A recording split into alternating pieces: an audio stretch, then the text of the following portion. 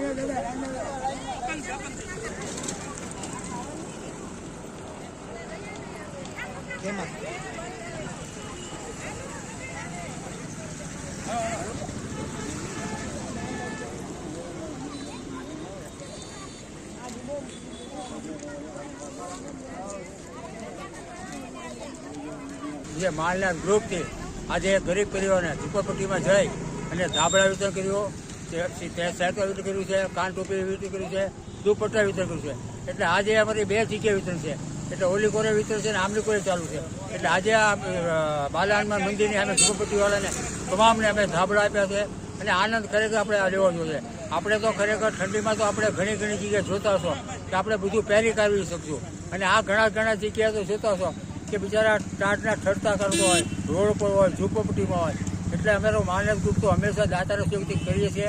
આપણા માધ્યમ કેવું આપણા ઘરે કોઈ સારા કપડાં હોય, ન પહેરી શકતો હોય તો ચોક્કસ આ ગરીબ પરિવારોના ઝૂંપડપટ્ટી જઈ અને ચોક્કસ આપો, ને એના આશીર્વાદ હંમેશા આપણને ફરશે.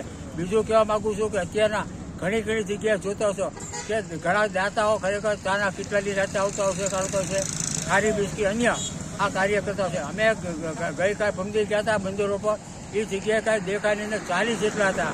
નાના બાળકોથી માંડી બિચારા બહાર ગામના આવેલા કામે, અને કાંઈ દેખાય નહીં. પછી અમે માણતા પગ્યા કર્યા, બધાને એને ધાબળા આપ્યા, ઉડાડ્યા કર્યા અને સેટરો પહેરાવ્યા. બીજું કહેવા માગું છું કે દવાખાને કોઈ દર્દી સાથે આવ્યો હોય એને તો ખાસ હું કહેવા માગું છું કે દર્દી સાથે આવ્યો હોય એ બિચારા ટાઢના ઠરતા કરતો હોય, એને બધું એટલો હેર થતો હોય. એટલે ના જઈને અમને જાણ કરે 108 વાળા કે હરીભાઈ આ જગ્યાએ તમારે આ કરવાની જરૂર છે. એટલે ચોક્કસ મારા ઘરે સ્પેરમાં રાખ્યા હોય, ના જઈને એને ધાબળા છે, સેટરો પહેરાવીએ, એને આશીર્વાદ લઈએ છીએ.